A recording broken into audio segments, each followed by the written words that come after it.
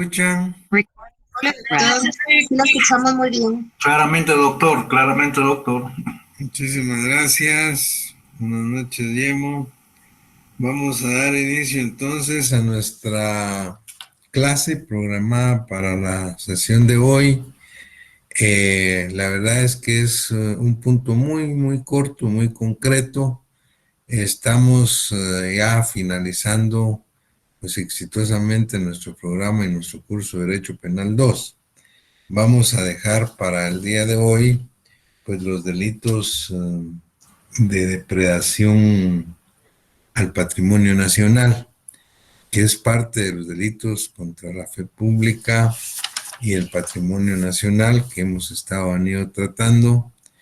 Y nos queda un punto muy corto, también muy corto, que se refiere a los delitos de falsedad personal. En atención a lo que platicamos con los compañeros de la otra sección, estos delitos de falsedad personal los vamos a dar el día martes, el próximo martes. O sea, todavía estamos en el último día de octubre, antes del fiambre. Con esta clase del día martes estamos terminando nuestro programa y nuestro curso. Es algo muy corto y muy concreto. Y el día jueves, pues lo hemos dejado para que ustedes tienen, pues, alguna duda, algunas inquietudes sobre algún punto que quieran que se les aclare, que se les explique algún tipo de aleatorio, pues se los puedan plantear al licenciado Hernández. Él nos va a estar apoyando con eso, y podamos ir entonces concretando.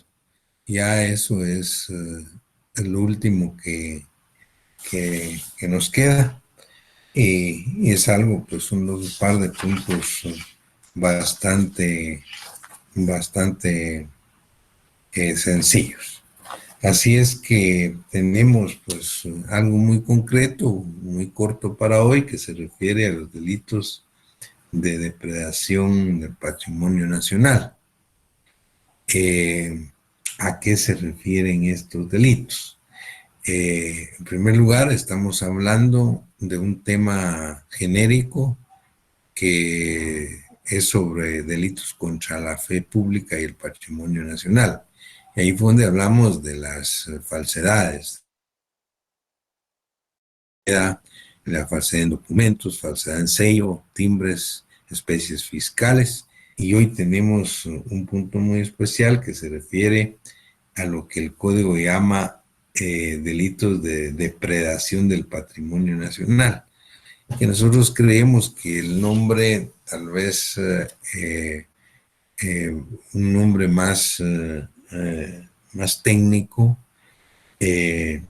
más extensivo, sería tal vez hablar de delitos contra el patrimonio cultural de la nación. ¿Por qué? Porque aquí básicamente hablamos, y escuchen bien lo que voy a decir, del hurto y del robo de bienes arqueológicos y de tesoros nacionales. Eso es exactamente a lo que se refiere. Estamos hablando del hurto y del robo del patrimonio cultural de la nación, porque no es de cualquier cosa. Ni estamos refiriéndonos al delito de robo o hurto como lo vimos en los delitos contra el patrimonio, donde el objeto del delito es pues una cosa total o parcialmente ajena. No, acá no estamos hablando de cosas total o parcialmente ajenas. Acá estamos hablando, el objeto del delito específicamente es el patrimonio cultural de Guatemala, el patrimonio cultural de la nación. Y a eso es lo que el código denomina bienes arqueológicos y el código denomina tesoros nacionales. Y sobre esos bienes arqueológicos o tesoros nacionales es que el código se refiere a hurto y robo. Hurto y robo como depredación del patrimonio nacional. Las características del hurto y del robo obviamente son las mismas. En el hurto, pues se trata de la sustracción sigilosa del patrimonio de la nación, sin ningún tipo de violencia, sin que nadie se dé cuenta. A eso se refiere, por ejemplo, el hurto de tesoros nacionales. Llevarse algún manuscrito, algún objeto de arte, algún cuadro, alguna pintura que sea parte del patrimonio nacional, pues sin que nadie se dé cuenta. En cuanto al robo, es la apropiación o el apoderamiento, mejor dicho, el apoderamiento mediante violencia anterior, simultánea o posterior a la aprehensión de cualquier parte del patrimonio cultural de la nación, o sea, de tesoros nacionales o bien de bienes arqueológicos. Así es que a eso se refiere. Pero el código, pues a partir del artículo 332A, habla de la depredación del patrimonio nacional. Así habla, depredación del patrimonio nacional. Ese es el título. Ese es el título y entonces nosotros tenemos que tener claro que se refiere al patrimonio cultural de la nación. Y el 332A dice, hurto y robo de tesoros nacionales.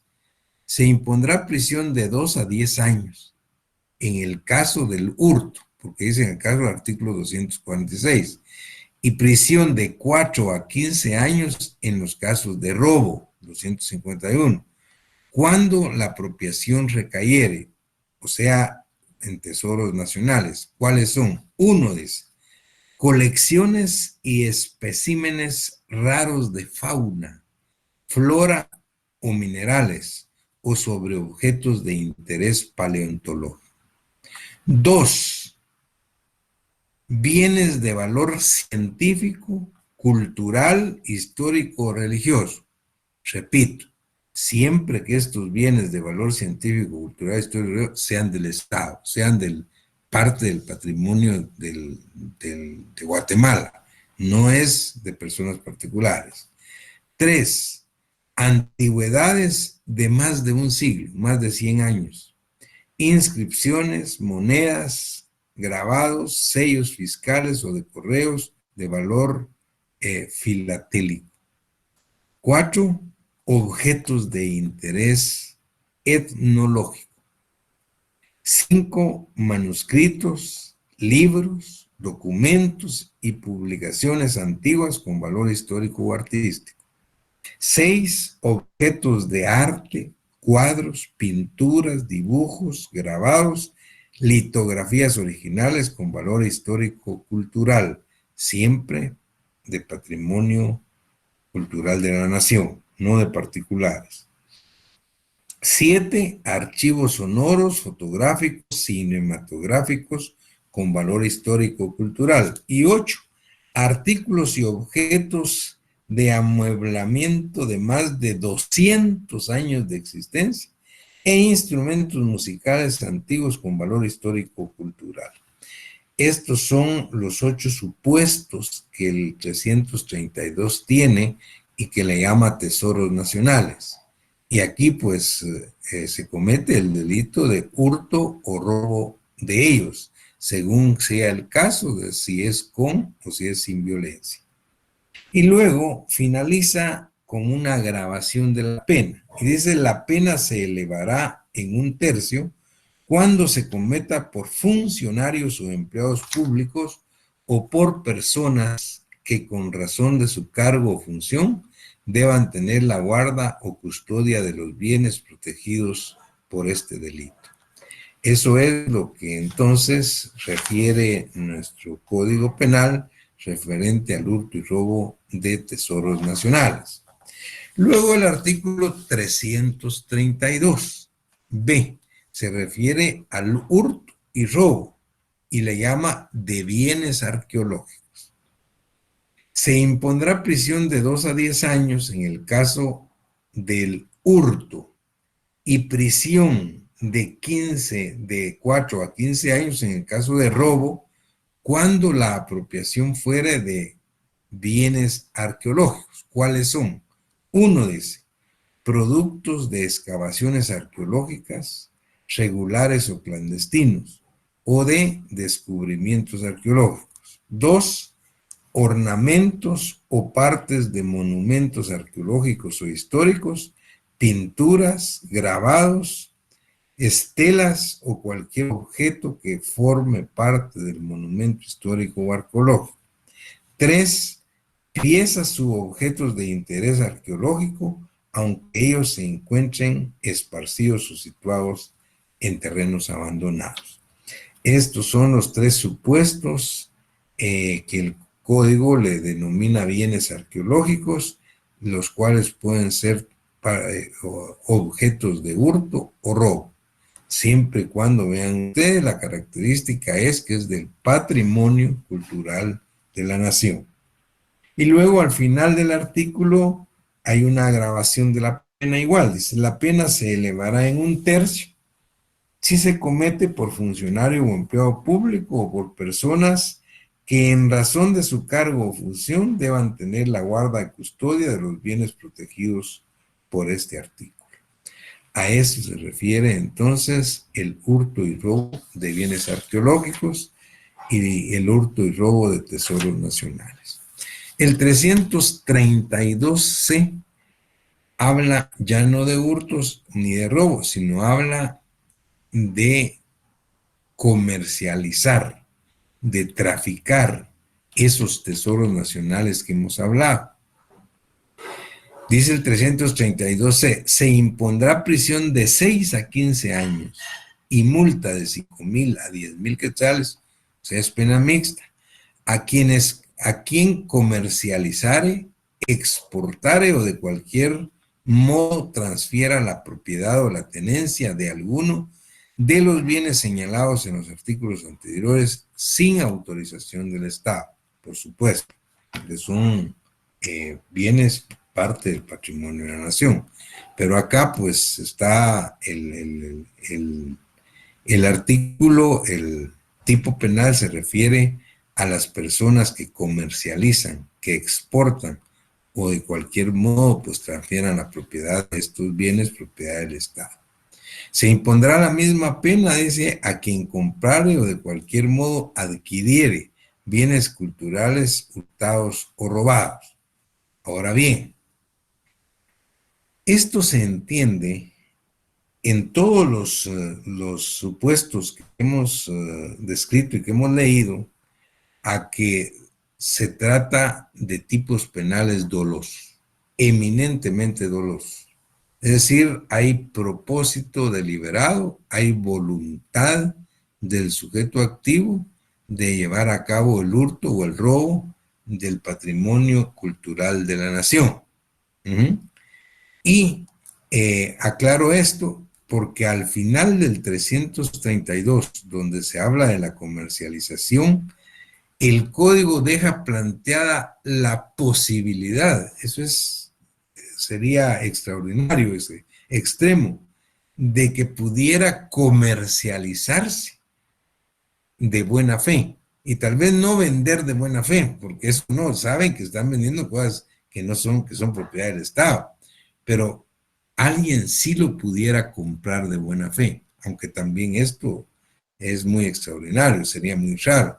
Pero alguien, alguna persona pudiera por imprudencia, por impericia, pues, inexperto, pues hacer una compra de buena fe de esto.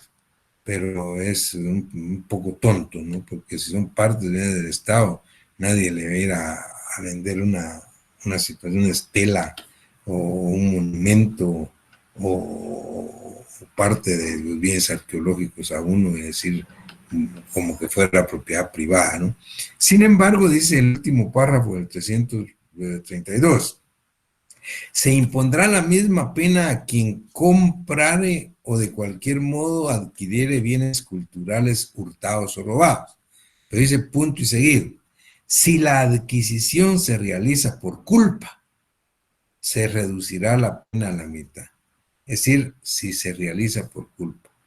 Una cuestión que es extraordinaria, pero puede ser que alguien demuestre y pruebe en juicio que lo compró de buena fe, entonces la pena es la mitad. Y el 332D finaliza con una especie de excusa absolutoria bastante importante. Y por eso hay que subrayarla, una extinción de la acción penal y de la pena, pero muy, muy especial para este tipo de delitos. Imagínense ustedes que dice que en caso de los delitos tipificados, de los que hemos hablado, se extinguirá la acción penal y la pena, o sea, se extingue la responsabilidad penal, la acción penal y la pena, si de manera voluntaria y sin requerimiento alguno, dice, se entrega el objeto sustraído o traficado, o la totalidad de los objetos sustraídos o traficados al juez competente, quien lo entregará al Ministerio de Cultura y Deportes. Es decir, si hay un proceso penal abierto por el hurto o el robo o el tráfico de estos tesoros nacionales o bienes arqueológicos, y dentro del proceso el imputado, pues el sujeto activo, el procesado, voluntariamente y sin que se lo pida, devuelve todo al juez, dice, al juez de la causa, o sea, hay un proceso, va a devolver todo al juez, absolutamente todo. El juez en ese momento pues lo entrega al Ministerio de Cultura y se extingue la responsabilidad penal y la pena. Esto pues es como un tipo de excusa absolutoria de parte del Estado, pues, para tal vez de alguna manera poder de alguna forma promocionar que el Estado pues pueda eh, volver a tener pues parte de su patrimonio que le ha sido hurtado o robado, y que sea un aliciente para los que puedan ser procesados por eso, que devuelvan todo y se elimina la responsabilidad penal de la pena. Es algo muy especial, así es que hay que tomarlo en cuenta, 332D. Y luego hay un par de disposiciones comunes no a estos delitos, sino a todos los que hemos visto en relación a la fe pública y el patrimonio nacional. El 333 dice tenencia de instrumentos de falsificación, porque aquí acuérdense que estamos hablando de la fe pública, les dije que aquí el virus común para todos es la falsedad. Y en este artículo común para todos, el 333 dice, quien fabricara e introdujere al territorio nacional o retuviere en su poder sellos, marcas u otros instrumentos o útiles, dice, destinados para cometer alguna falsificación a que se refiere este título, o sea, todos estos delitos, será sancionado con prisión de 6 meses a 2 años. Es decir, la tenencia de instrumentos de falsificación. Instrumentos de falsificación, pues pueden ser los sellos, las marcas o lo que se utilicen. Eso es común para todo este capítulo.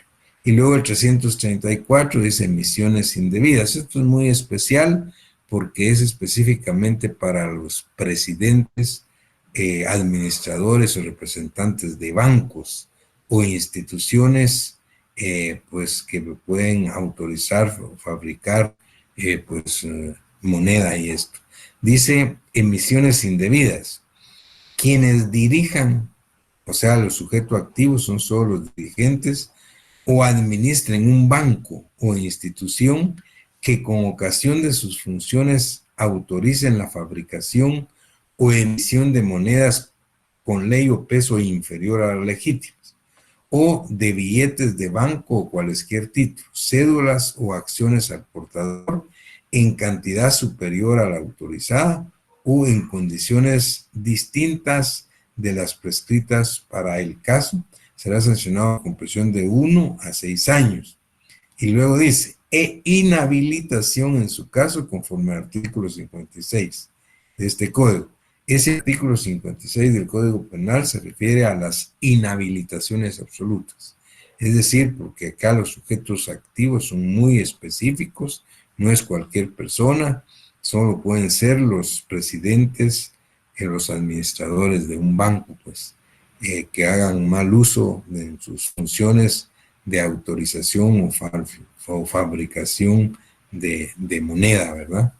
Entonces, ahí hay una pena mixta, una pena de prisión de unos 6 años, pero una inhabilitación absoluta.